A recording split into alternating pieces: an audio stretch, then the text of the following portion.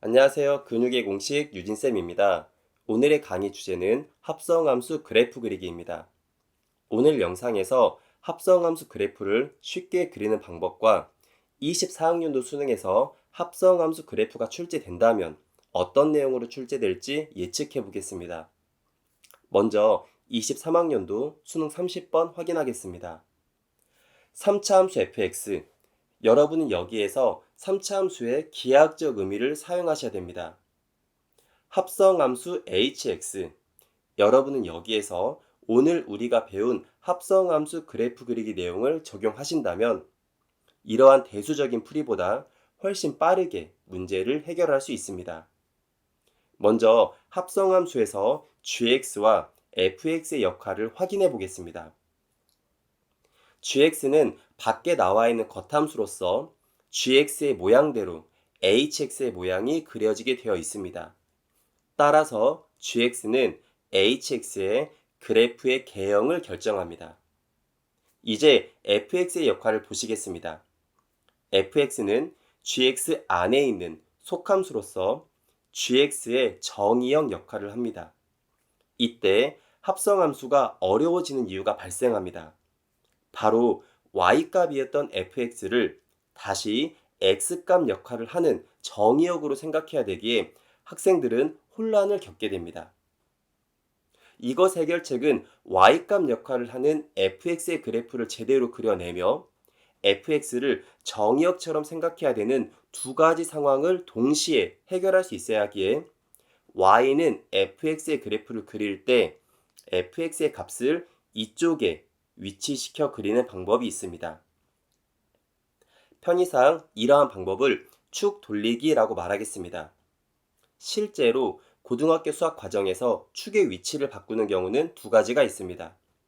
그 중에 첫 번째는 역함수를 그릴 때 역함수를 직접 그리지 않고 y는 x에 대해서 축을 대칭시켜 하나의 그래프에 대해서 두 개의 함수를 생각하는 경우이고, 두 번째는 지금처럼 합성함수 그래프를 그릴 때입니다. 올해 수능에서 출제자들이 합성함수를 출제한다면 두 가지 유형 중에 고민을 할 것입니다. 첫 번째는 작년 수능과 같이 겉함수가 증가 감소가 반복되어 나타나는 경우와, 두 번째는 작년 6월 모평처럼 겉함수가 증가 또는 감소가 유지된 1대1 함수인 상황입니다. 저는 두 번째 유형이 예상이 되지만 혹시 첫 번째 유형에서 난이도를 낮추어 단순히 교점의 개수 등을 출제할 수 있기에 이번 강의에서는 첫 번째 유형을 주제로 선정하였습니다. 합성함수 그래프에서 빠질 수 없는 소재는 극대극소입니다. 사실 합성함수 그래프 그리기에서 극값이 발생하는 상황만 제대로 이해해도 문제풀이의 90% 이상은 해결됐다고 생각됩니다. 이 표가 이해가 가지 않는 친구들은 잠시 화면을 멈추고 편하게 한 번만 읽어봐 주시기 바랍니다.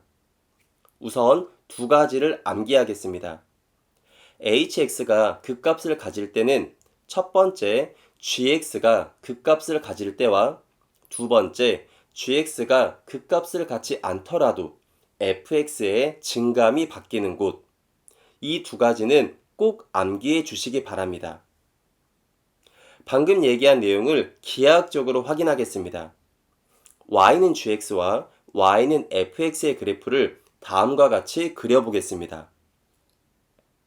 x의 값을 다음과 같이 설정하고 점들의 좌표도 임의상 이렇게 설정해 보겠습니다. 이제 x값이 0에서 10까지 변하는 상황을 아래에 다시 표현해 보겠습니다. 이때 fx의 값은 x가 0에서 5로 갈 때 0에서 6으로 증가하고 x가 5에서 10으로 갈 때 6에서 0으로 감소합니다. 따라서 gx의 입장에서 fx가 x값 역할을 하므로 fx가 0에서 6으로 갈 때는 그래프가 이와 같이 그려지고 fx가 6에서 0으로 갈 때는 반대 방향으로 다시 되돌아가는 그래프의 형태가 그려지게 됩니다. 이제 극대극소를 확인해 보겠습니다. 첫 번째, gx가 극소값 마이너스 1을 갖기 때문에 합성함수 hx도 극속감 마이너스 1을 그대로 갖습니다. 두 번째, gx가 극대값 2는 같지 않지만 fx가 증가하다가 감소하는 곳에서 gx의 그래프가 양의 방향으로 그려지다가 음의 방향으로 돌아오기 때문에 gx의 값 2가 합성함수 hx의 극대값이 될 수 있습니다. 세 번째는 마찬가지로 gx가 극속감 마이너스 1을 갖기 때문에 hx도 극속감 마이너스 1을 그대로 갖습니다. 여기에서 한 가지 문장을 제시해 보겠습니다. 만약 여러분에게 그래프가 주어지지 않고 이 문장만 제시했다고 했을 때 올바른 해석을 하셔야 됩니다. 첫 번째는 극대값 2를 갖는다는 말에서 gx의 값이 2인 곳에서 극대값을 갖는지 실제로 확인해 봐야 되며, 확인 결과 2에서 극대값을 갖지 않는다면 x는 5에서 fx의 증가 감소가 바뀌어야 되며, x가 5일 때 g의 값, 즉 gf5는 2가 됨을 말할 수 있어야 됩니다. 한 번만 더 연습하겠습니다.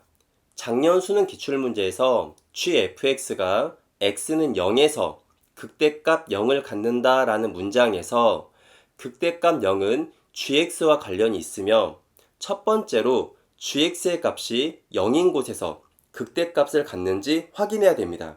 그리고 gx의 값이 0인 곳에서 극대값을 가지면 이대로 마무리가 되지만 극대값을 갖지 않는다면 x는 0에서 fx의 증감이 바뀌어야 되며, 이때 gf0은 0임을 말할 수 있어야 됩니다. 이제 축 돌리기를 배우며 문제를 마무리해 보겠습니다. 제가 그래프를 그리고 문제를 풀어가는 순서를 꼭 기억해 주시기를 바랍니다. 가장 먼저 gx의 개형을 그립니다. x가 0일 때 0, 2분의 1일 때 2-1, 1일 때 0, 2분의 3일 때 2분의 1-1, 2일 때 0. 그리고 계속 반복되는 주기함수꼴로 그려지기에 그래프를 이렇게 그려 놓습니다. 이제 가장 중요한 것은 gx의 개형에 맞춰서 축을 돌린 fx의 값을 표시합니다. 여기서 한 가지 팁을 드리면, 이처럼 선을 길게 그려 놓는 것이 fx의 값을 표시하는 데 도움이 됩니다. 그 다음 축을 돌린 상황이므로 x축은 이곳에 그려주고, 문제에서 f3은 2분의 1이며 f'3은 0이 주어져 있고, 우리가 좀 전에 배웠던 극대극소에 관한 해석을 적용해보면 gx의 값이 0인 곳에서 극대값이 존재하지 않기에 fx는 x가 0인 곳에서 증가 감소가 바뀌어야 됩니다. 따라서 f'0은 0이므로 그래프가 이와 같이 그려지게 됩니다. 이때 gf0은 0이어야 하는데 이곳에 fx가 그려지게 된다면 gx가 감소하다가 다시 뒤로 돌아가며 증가하는 상황이므로 hx는 극소값을 갖게 됩니다. 따라서 fx는 이런 곳에 위치해야 되므로 f0의 값은 짝수임을 확인할 수 있습니다. 이제 문제 조건에서 hx는 1이 0과 3에서 서로 다른 7개의 실근을 갖는다라고 하였으므로 방정식을 2개의 그래프로 나누어 y는 2를 그려준 다음 0과 3 사이의 교점의 개수를 세주면 됩니다. 이와 같이 교점이 7개 생기는 곳은 여기가 마지막이어야 하므로 f0의 값은 8임을 찾아낼 수 있습니다. 다시 한번 정리해 보겠습니다. 화면에 제시된 순서는 제가 합성함수 그래프를 그릴 때 사용하는 순서입니다. 여러분들도 기출문제를 토대로 이러한 순서대로 꼭 풀어봐 주시길 바랍니다. 여러분, 오늘의 강의는 어떠셨나요? 합성함수 그래프 그리기는 겉함수의 개형에 따라 문제의 난이도가 달라집니다. 오늘의 강의는 어떠한 수준의 문제가 출제되더라도 모든 난이도의 문제를 해결할 수 있는 방법을 제공해 줄 것입니다. 오늘 저와 함께한 시간이 여러분의 수학의 근육을 키워주는 새로운 자극점이 되었길 바랍니다. 다음에 더 좋은 내용으로 찾아뵙겠습니다. 여러분의 빛나는 미래를 응원합니다.